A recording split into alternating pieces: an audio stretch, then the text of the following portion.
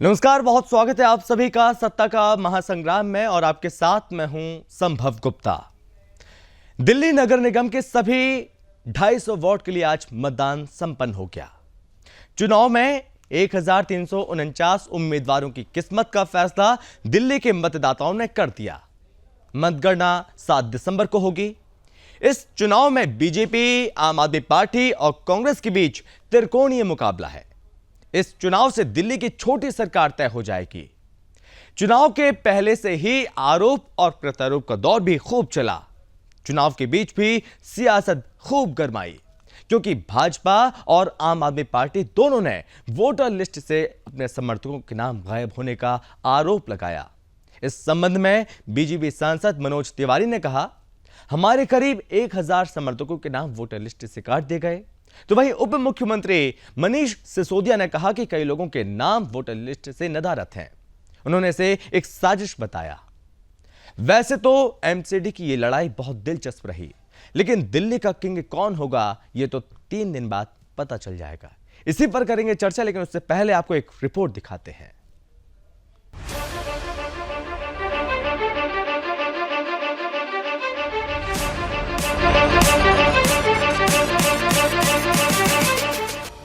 दिल्ली में एमसीडी का समर पूरा हो चुका है। प्रत्याशियों की किस्मत ईवीएम में कैद हो चुकी है। बीजेपी ने एमसीडी का रण जीतने के लिए पूरी ताकत झोंक दी है, तो वहीं आम आदमी पार्टी भी एमसीडी पर काबिज होना चाहती है। ऐसे में कांग्रेस, एआईएमआईएम, बसपा, जेडीयू और एनसीपी जैसे दलों के उतरने से मुकाबला रोचक हो गया है। एमसीडी की 250 सीटों के लिए 1349 उम्मीदवारों की किस्मत दांव पर लगी हुई है। एमसीडी पर पिछले 15 सालों से काबिज बीजेपी अपने सियासी वर्चस्व को कायम रखने के लिए जद्दोजहद कर रही है, तो वहीं आम आदमी पार्टी दिल्ली की सत्ता के साथ साथ नगर निगम पर भी अपना दबदबा बनाने की कवायद में है। कांग्रेस दिल्ली की सियासत में अपने खोए हुए जनाधार को वापस पाने के लिए मशक्कत कर रही है।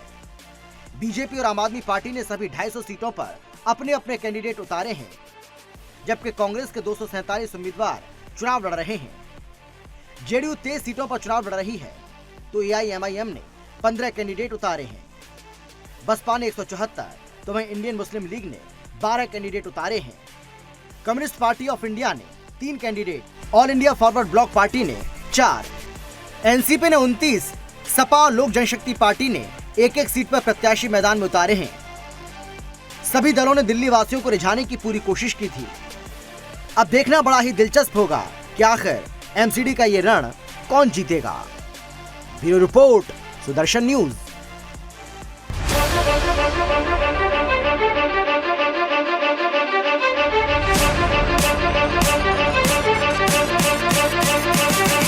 आज एमसीडी में अपना मतदान करते वक्त इस बात का ध्यान रखें कि एमसीडी का सबसे पहला काम है दिल्ली का कूड़ा साफ करना, दिल्ली के कूड़े के पहाड़ खत्म करना, दिल्ली में व्यापारियों को ईमानदारी से लाइसेंस देना, दिल्ली की गलियों को बनवाना, दिल्ली में अंदर की कॉलोनियों की नालियाँ गलियाँ सबको ठीक रखना, पार्कों को सुंदर रखना, ये सब एमसीडी के काम हैं। नाली, सड़क, पानी, जो पार्क हैं, ये सब एमसीडी के काम है। आवारा पशुओं से दिल्ली को साफ़ सुथरा रखना, ये सब एमसीडी के काम है।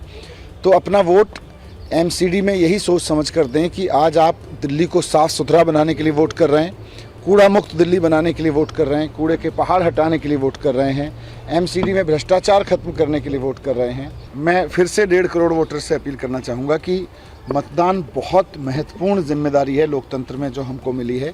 दुनिया के बहुत सारे देशों के लोग इसके लिए तरसते हैं। हम बहुत सौभाग्यशाली हैं कि बाबा साहब अम्बेडकर की वजह से हम सबको ये अधिकार मिला हुआ है कि हम मतदान दे सकें और अपनी सरकार चुन सकें। इसमें बिल्कुल भी आलस्य ना करें और इसको उतना ही ज़रूरी समझें जितना हमारी ज़िंदगी के और काम हैं। आपके मतदान की बदौलत ही दिल्ली साफ़ सुंदर बनेगी। परिसीमन इन्होंने भारतीय जनता पार्टी ने कराया, लेकिन मुझे लगता है कि इन सब के बावजूद आज दिल्ली मन बना चुकी है कि जो कूड़ा उनकी गलियों में दिखता है, जो कूड़े के पहाड़ दिखते हैं, सब पर इस बार झाड़ू चलाएगी। 272 से 250 सीट हो जाना नुकसान देख रहे हैं आप? नहीं, ये तो इससे कोई फ़र्क नहीं पड़ता है। लोगों को अल्टीमेटली अपनी गलियां साफ़ चाहिए। 15 साल से भारतीय जनता पार्टी ने कोई साफ़ सफाई नहीं कराई, कूड़े के पहाड़ दिए, हर तरफ गंदगी फैलाई। तो पूरी तरह से फेल भारतीय जनता पार्टी पे इस बार जनता झाड़ू चलाना चाहती है। वो 250 वार्ड में भी और 272 वार्ड में भी लोगों को तो अपनी सफाई चाहिए। हाँ, ये तो बहुत बड़ी साजिश है। मुझे लगता है यहाँ का चुनाव कैंसिल करना पड़ेगा। ऐसी स्थिति आ रही है। 450 वोटों को सुभाष मोहल्ला वार्ड का ये चुनाव है। हम इसको चुनाव आयोग में ले जाएंगे। जिसने भी ये किया है इस चुनाव को फिर से कराना पड़ेगा और ऐसे लोगों को पनिशमेंट देना पड़ेगा। कितनी शिकायतें अब तक आई है? मनोज जी, कितनी शिकायतें अब तक आई है? आप सोचिए कि 450 वोट जो 30-30 साल से वोट दे रहे हैं, आप उनका वोट काट दिए क्योंकि वो बीजेपी समर्थक वोट है। ये काम अरविंद, ये दिल्ली गवर्नमेंट का है। ये वोट काटना जोड़ना उन्हीं का काम है। लेकिन आप इतना बड़ा अपराध कैसे कर सकते हैं कि व्यक्ति ने कुछ कहा नहीं, उसने लिखा नहीं, उसका आई कार्ड, उसका आधार कार्ड, आप उसका वोट काट दिए। हाँ, मैंने अभी किया। और ऐसे ही चुनाव कैंसिल होते हैं, ऐसे ही री इलेक्शन होते।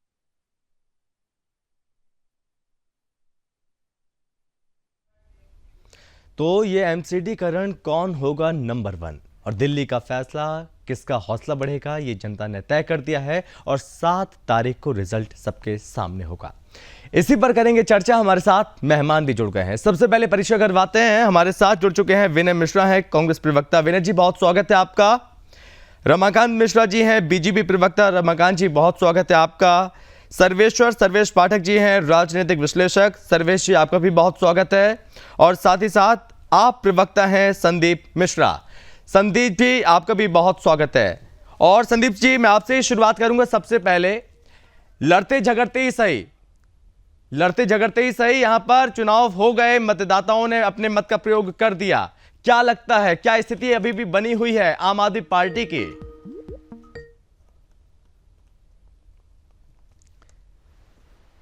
संदीप जी, आप तक आवाज पहुंच रही है?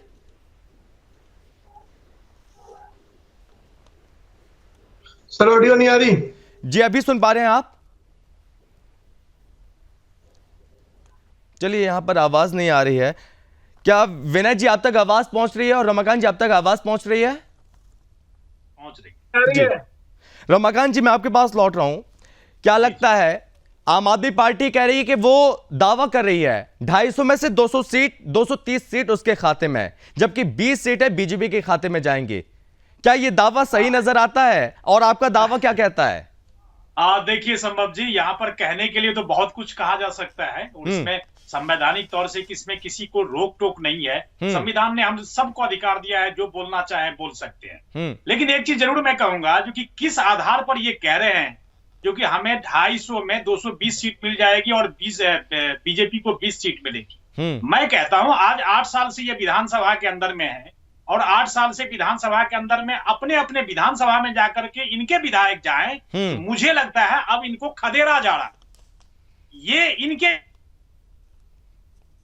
में अपने क्षेत्र में प्रचार नहीं कर रहे थे, बल्कि दूसरे क्षेत्र में जाकर के आज बुराड़ी के विधायक संजीव झा जी आते हैं किरारी में और किरारी के विधायक जाते हैं वहां पे, लेकिन किरारी के विधायक अपने क्षेत्र में वोट नहीं मांगते अपने कैंडिडेट के लिए। लेकिन आपके भी तो 16 से 17 केंद्रीय मंत्री मैदान में उतरे हुए थे प्रचार में। बात प्रचार की नहीं है। मैं संभव जी, मैं ये नहीं कह रहा हूं कि प्रचार करना कोई गलत है। हाँ। लेकिन अपने क्षेत्र में आप अपने प्रत्याशी के लिए वोट नहीं मांगना, ये दिखाता है क्योंकि आपने अपने क्षेत्र में कोई काम नहीं किया और यहाँ की जनता इनको खदेड़ करके भगा रही है। हमने देखा है जो किरारी की जो विधायक हैं वो जाते हैं वहां बुराड़ी में जाते हैं और बुराड़ी के विधायक आते हैं किरारी में, लेकिन अपने क्षेत्र के विधायक अपने क्षेत्र में वोट मांगने नहीं जाते। क्यों? क्योंकि इन्होंने न नाली बनाई, न सड़क बनाया, न शिक्षा की कोई व्यवस्था करी, न कोई अस्पताल बनाया, न कोई नए स्कूल बनाए। दिल्ली को प्रदूषण युक्त करके आज वैश्विक स्तर पर दिल्ली को सबसे प्रदूषित शहर में गिना जाता है। और रमाकांत जी, यही तो आम आदमी पार्टी कह रही है कि जो वोटर्स हैं बीजेपी के, जब वो स्कूल गए, मतदान केंद्रों में गए, उन्होंने स्कूलों की व्यवस्थाएं देखी, बीजेपी का मन बनाकर गए थे, स्कूलों की व्यवस्थाओं को देखकर उन्होंने आम आदमी पार्टी को ही वोट दे दिया। देखिए, मैं वही तो कह रहा हूं, जो संवैधानिक तौर पर संविधान ने हमें अधिकार दिया है। हाँ। जो हर एक चीज की बातें कर सकते हैं आप, इसमें कोई नहीं है, कोई रोक टोक नहीं है। लेकिन आज जिस तरह से 8 साल से ये विधानसभा के के जो मुद्दे होते हैं और निगम के जो मुद्दे होते हैं कोई बहुत बड़ा डिफरेंस नहीं होता। ये वही बातें होती है जो विधानसभा में होती है और विधानसभा की बातें यहाँ होती है। लोकसभा का एक अलग परिप्रेक्ष्य होता है। संदीप जी सुन रहे हैं आप? जाते हैं जब वोट मांगने जाते हैं तो आपको खदेड़ करके भगाया जा रहा है। ये तो विडंबना है। तब जा करके संदीप जी 20 सीट का जो है सो ये अभी भी आप पर आरोप लग रहे हैं, हंसी आ रही है। ना शिक्षा ना स्वास्थ्य, केवल आरोप लग रहे हैं आप पर। आपने कुछ नहीं किया बीते 8 साल में भी, और केवल भ्रष्टाचार किया है आपकी सरकार ने, आपकी मंत्रियों ने। मैं सुदर्शन चैनल के माध्यम से सबसे पहले चुनाव आयोग को, दिल्ली के कर्मचारियों को, पुलिस को, अध्यापकों को, सबको नमन करता हूं जिन्होंने शांतिपूर्वक इस चुनाव को अंजाम दिया है। कई रातों की नींद खराब करके उन लोगों ने लोकोत्सव के इस पर्व को महान बनाया। मैं उन सबको नमन करता हूं। रही बात आरोप प्रत्यारोप की, देखो साहब, इन्होंने पूरे 15 साल कुछ नहीं किया गाली देने के अलावा। अगर गाली ना देते, कुछ काम करते, तो गलियों में नड्डा साहब को भटकना ना पड़ता, योगी को नहीं भटकना पड़ता, अमित साहब को डेरा ना डालना पड़ता, खट्टर साहब को ना डालना पड़ता। 15 साल में इनके मुंह का कलंक है कूड़े का पहाड़, जो इनके बदबूदार दाग को, इनके झाग को दिखा रहा है। बस इतना ही कहूंगा कि अब मैं किसी पे आरोप और प्रत्यारोप का दौर चला गया। अब पछताए का होते रमाकांत जी, जब तो संदीप जी 230 पर अभी भी टिके हुए हैं या फिर स्थिति थोड़ा डगमगा रही है? नहीं, 7 तारीख को हम मेयर चुनने जा रहे हैं दिल्ली में। कितनी सीटों के साथ? आपका मेयर बनने जा रहा है। मैं दिल्ली वालों को तहे दिल से मुबारकबाद देना चाहता हूं, उनका इस्तकबाल करना चाहता हूं, एहतराम करना चाहता हूं कि जिस खुले मन से, और आपने भैया बहुत शिक्षा का दिया जला दिया मतदाताओं ने, मनीष सिसोदिया शिक्षा का दिया, ये साबित कर दिया मतदाताओं ने। ये एक बड़ी पहल है, बड़ी क्रांतिकारी पहल है। कितनी सीटों के साथ? भैया हम 220 प्लस जा रहे हैं, बीजेपी कहीं 10 और कम हो गए। अभी बात करते करते कम हो गए। आपके नेता 230 कह रहे थे, आपने 10 और कम कर दिए। पता चले कल और कम ना कर दें। चलिए विनय जी यहां पर आपने तो यहां पर दावा कर दिया 220 और 230। कांग्रेस कितना दावा कर रही है, 200 से ज्यादा है या कम? देखिए, ये तो आप भी समझते हैं कि ये चैनल के माध्यम से कोई अपनी जीत का, हर व्यक्ति अपनी जीत का दावा ही करेगा, भले ही वो शून्य पे जा रहा हो। तो आप कितना दावा कर रहे हैं? मैंने तो आपसे अभी दावा किया ही नहीं, लेकिन ये मान के चलिए जनता ने बीजेपी को भी देखा। जो अभी हमारे साथी प्रवक्ता बीजेपी की बात कर रहे थे, तो मैं उनके लिए सिर्फ इतना ही बात कहना चाहता हूँ कि सूप बोले तो बोले, चलनी क्या बोले, 72 छेद पहले से ही है। तो आप इतना डर गए कि आप दावा भी नहीं कर पा रहे अब, ताकि आप बाद में ये ना कह पाए हमने तो कोई दावा ही नहीं किया था, हम तो भैया शून्य वाली बात बोल रहे थे, हम तो शून्य पर आ गए। बात सुनिए, जनता जनार्दन है, डरने की बात ही नहीं है। दावे फेल हो जाते हैं, सर्वे फेल हो जाते हैं। तो ये अनुमान वाली बात होती है ना कि आप कितनी सीटें जीत रहे हैं, आपको कितना लगता है, क्योंकि आपने सभी सीटों पर मेहनत की है, एक आत्मविश्वास होता है। क्या कांग्रेस के पास आत्मविश्वास भी नहीं रहा अब?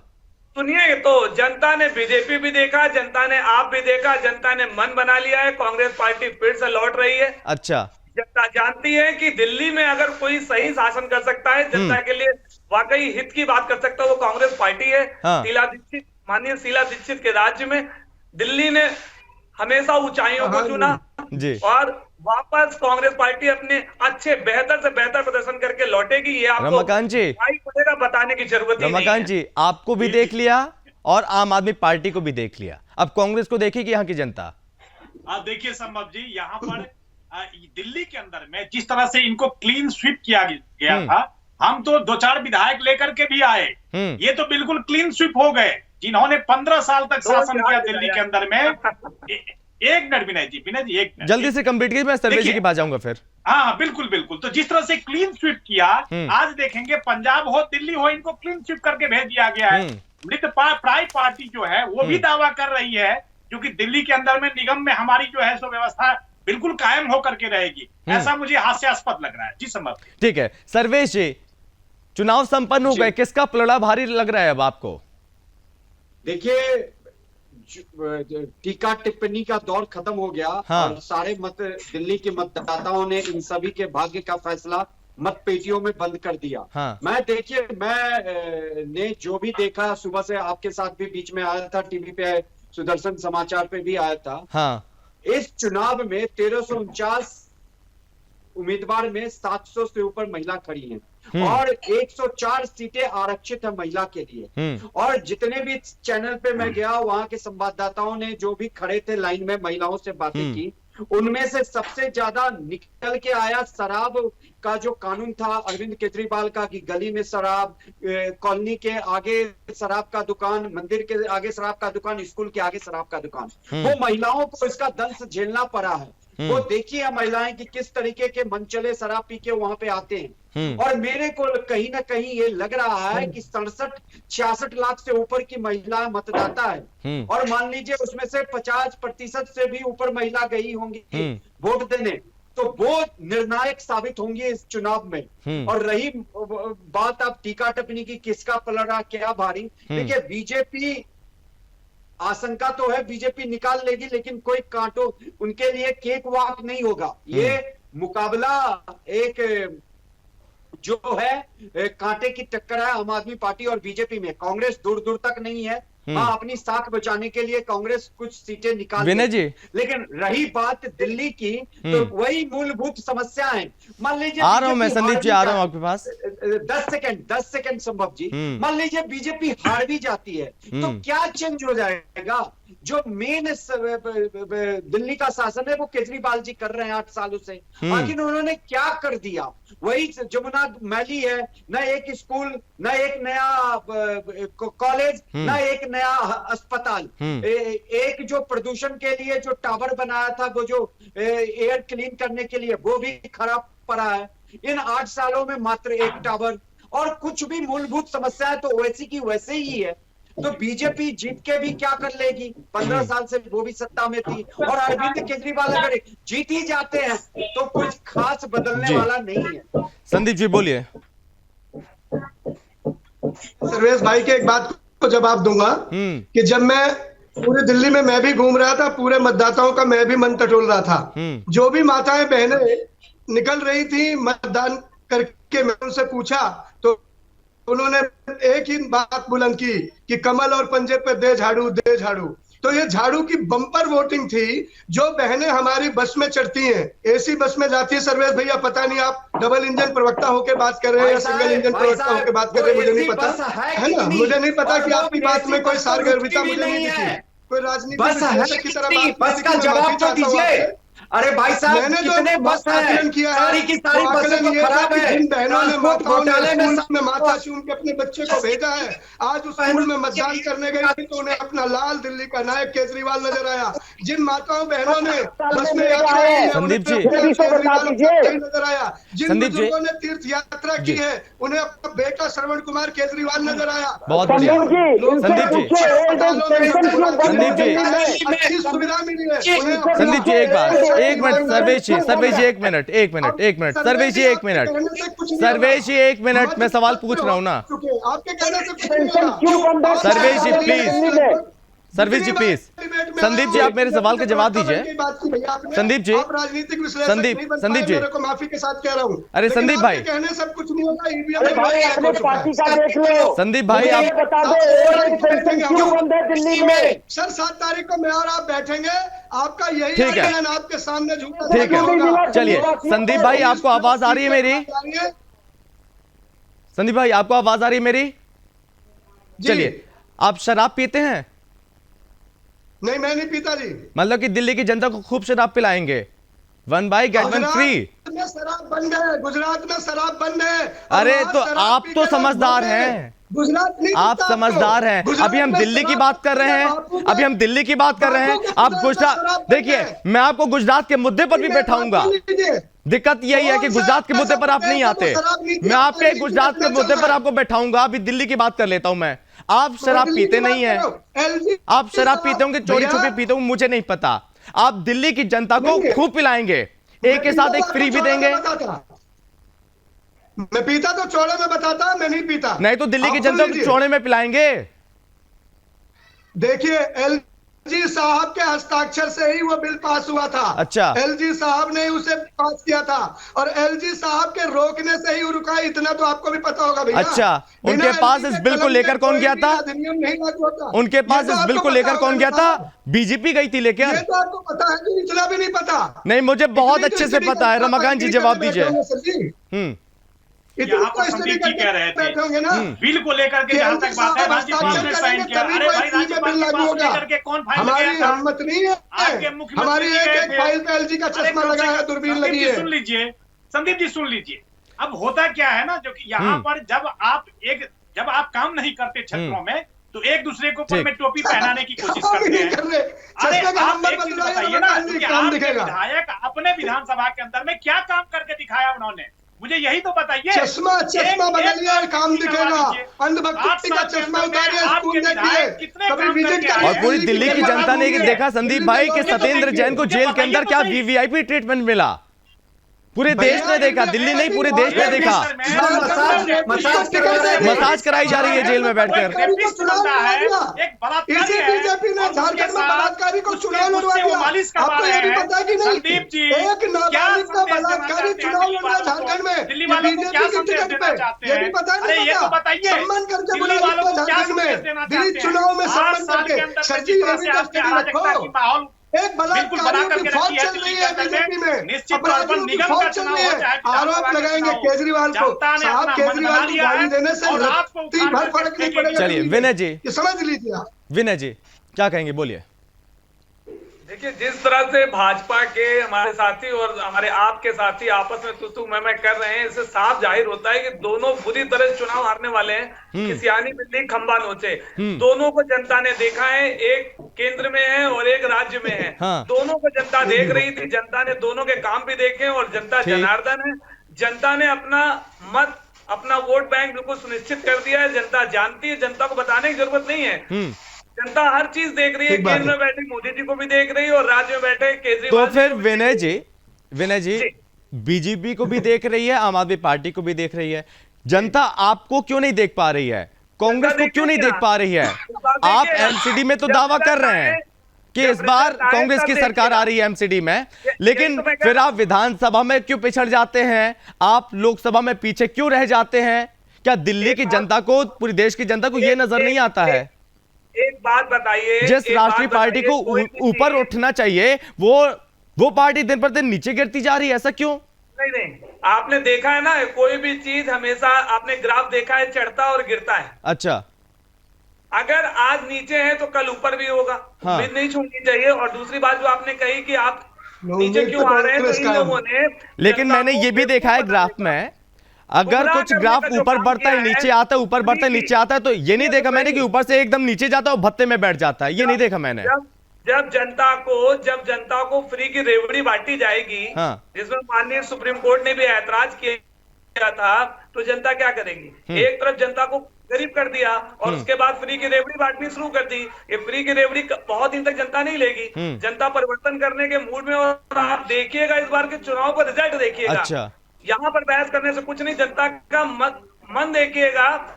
रमाकांत जी, पार्टियां आपके जवाब रमाकांत जी देंगे। संभव जी, देखिए कांग्रेस को शायद विनय जी को पता होगा या नहीं पता होगा, लेकिन हो सकता है जो कि मेरी बातें उनको कड़वी लगी। 49 विधानसभा से 8 सालों के अंदर में 49 विधानसभा में से 39 विधानसभा चुनाव आ चुके हैं और ये 2 लोकसभा चुनाव भी हार चुके हैं। अब बताइए, जो कि ग्राफ कह रहे हैं जो कि आप थोड़ा सा नीचे आता है किसी भी पार्टी का, ये यहाँ पर तो पूरा ग्राफ ही खत्म हो जाएगा। यहाँ पर तो पूरा ग्राफ ही खत्म हो जाएगा। सर्वेश जी, चलिए सर्वेश जी आगे बढ़ते हैं, चर्चा को और आगे बढ़ाते हैं, समय कम बचा हुआ है। सर्वेश जी, चूंकि यही आरोप आम आदमी पार्टी ने लगाया, यही आरोप बीजेपी ने लगाए कि वोटर लिस्ट से उनके लोगों के नाम गायब हैं, ये किसकी गलती है, किसकी जिम्मेदारी है? इसको कैसे दुरुस्त किया जा सकता है सर्वेश जी? देखिए संभव जी, ये हर वोट में होता है कि बहुत सारे लोगों के नाम गायब होते हैं या क्या होता है। इसमें आपको सबसे पहले देखना होगा कि जब वोटर लिस्ट हर क्षेत्र में चुनाव से पहले अपडेट किया जाता है और उस समय हर पार्टी के लोग अपने लोगों को जाके कहते हैं, और उसमें मैं मानता हूं कि आम जनता की भी भागीदारी होनी चाहिए, क्योंकि चुनाव आयोग भी इस चीज के लिए बड़े बड़े समाचार पत्रों में विज्ञापन देके कहता है कि वोटर लिस्ट अपडेट हो रहा है, आप अपना नाम देखें। लेकिन लोगों की सबसे बड़ी समस्या है कि लोग उस समय जागरूक नहीं होते हैं। जिस दिन वोट होता है उस दिन जागरूक होके अपना नाम ढूंढते हैं। संदीप जी, आखिरी कमेंट आपसे भी संदीप जी, इस पे किसी पार्टी पॉलिटिक्स नहीं करनी चाहिए। ठीक है संदीप जी, ये कहा जा रहा है कि अरविंद केजरीवाल को गुजरात की वजह से ज्यादा समय दिल्ली में नहीं मिल पाया और इसलिए हो सकता है कि आम आदमी पार्टी को थोड़ा नुकसान जरूर हो, ये ऐसा कहा जा रहा है, क्या ऐसा आप मानते हैं? गलत कयास है। केजरीवाल राजनीति की पाठशाला है। हमारा आम आदमी पार्टी का चुनाव आम आदमी लड़ता है, कोई नेता नहीं लड़ता। हम राजनीति करने नहीं आए साहब, हम राजनीति की स्थिति को बदलने आए हैं। हम काम करेंगे। आप सब मिलकर आज मुझे दे दीजिए कि हम मेयर बनाने जा रहे हैं। हम बिना भेदभाव के आप सब जनता को खुश देखिए से रखेंगे। रमाकांत जी मुबारकबाद दे दीजिए, आप भी बड़ा दिल करके। विनय भाई आप भी मुबारकबाद दे दीजिए।